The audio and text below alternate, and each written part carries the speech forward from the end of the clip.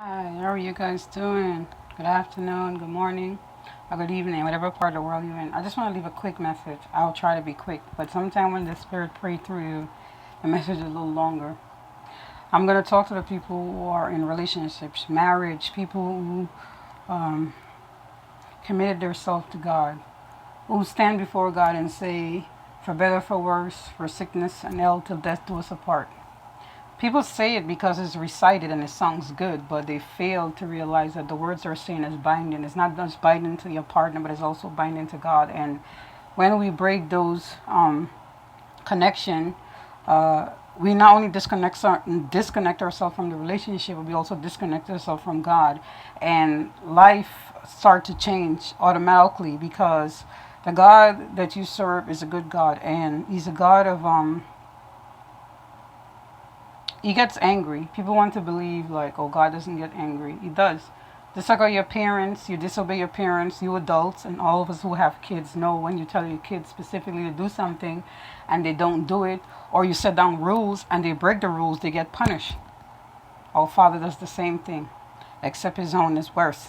That's what I always say. So I don't want that kind of butt whipping. So I'm going to try to follow as close as I can. Sometimes we fail, and sometimes we, get lead down the wrong road.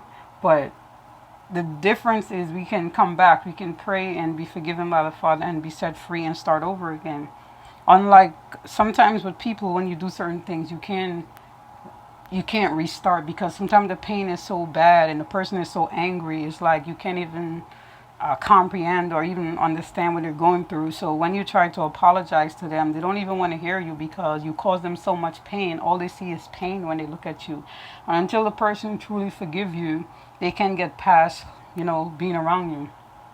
People that's married and trying to have a side chick or a side guy, whatever this is, it's wrong. If that was your ultimatum in your mind, that's what you really wanted to do, then you shouldn't have even got into a relationship. The body that God gave you is precious, is gold, and we should treat it as that. Not just only women, but also men. Value yourself. Stop sleeping with all these different women. Just like how women are supposed to value themselves, men should value themselves. There is a big difference when it comes to the parts, as in sleeping with other people. But either way, you're both selling yourself short. Why not save yourself for someone that's good? Someone that's deserving of your body. And this is for both men and women. It's not just for women.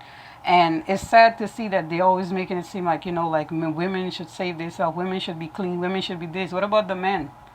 You should value yourself just as much as a woman because whatever you're going after a woman for, a woman, is coming after you for, vice versa. So your part should be valued. You shouldn't just be giving it to every and anybody.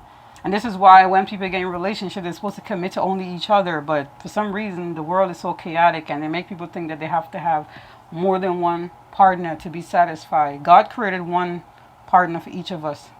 And if you need more than one person to satisfy you, maybe the person is not the problem. Maybe you're the problem. Because no one should need more than one person to actually satisfy him. For every person, there's that one person that satisfies you emotionally, physically, mentally, and spiritually. And like I said, a lot of people think because they're attractive to someone, they're supposed to sleep with them. Attractiveness does not equal relationship. You have to have beyond that because what if something happened to your partner? Are you supposed to cope with each other? Are you supposed to love each other? Love is beyond sex. For some reason, people don't see that. You have to be able to connect in other ways. Be able to talk to each other, be able to joke with each other, be able to sit down and talk and just have fun. Just natural, spiritual fun. To be able to have other connections, just a close feeling of friendship. You should have a good friendship if you're in a relationship and you want it to work.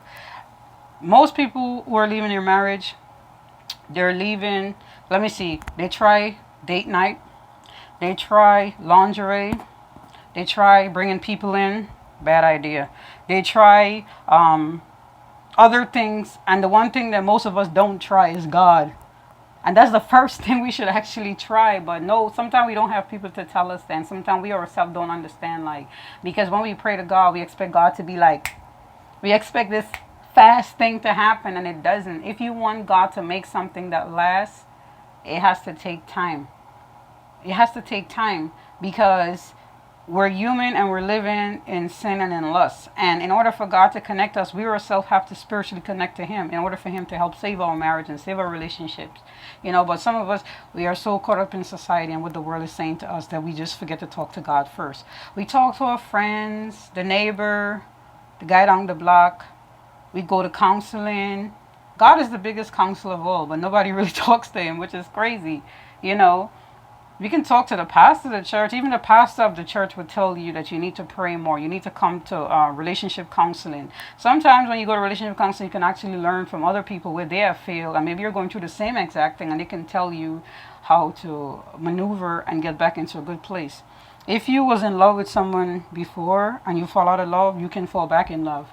But it also depends on the someone and what they have done to you, because sometimes people hurt you so bad you can't get past it. Sometimes you just got to move on and just say, I'm done. I'm done. But if it's a marriage, you shouldn't just walk away and say, I'm done. If it's just a relationship, you're not married, you didn't stand before God.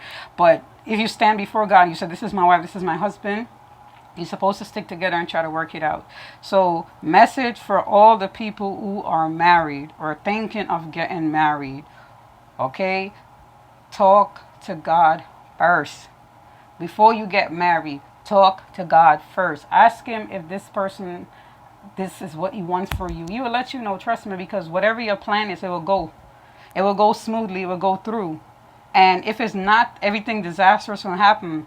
It's going to happen while you're trying to plan. All these things are coming and chopping it up. And sometimes that can be also the devil. He can be showing up like, nah. When God has a path for you, He also show up behind and say, nah. When God about to bless you, everything else comes behind. Is disastrous. And we have to learn to pray and find within all of that chaotic stuff that's happening, the little tornado that's happening, what does God want for us? And how do you do this? By praying and talking to God. That's all I'm going to say. A little longer than I expected, but like I said, when you're praying and the Spirit hits you and you have to get it out, sometimes the message is a little long. But seek God first. Pray to God first. If you try everything else and everything else fail, please try God. He should be the first person, but sometimes He's the last person we go to. May God bless you. May God continue to watch over you and your family. Whoever gets this message, you get to hear it, share it with a friend. Tell them about it. I want everyone to know. If you have knowledge and you don't share it, then it's a waste of time. May God bless you. May God continue to watch over you. I'm going back to my workout. Have a blessed day. Bye.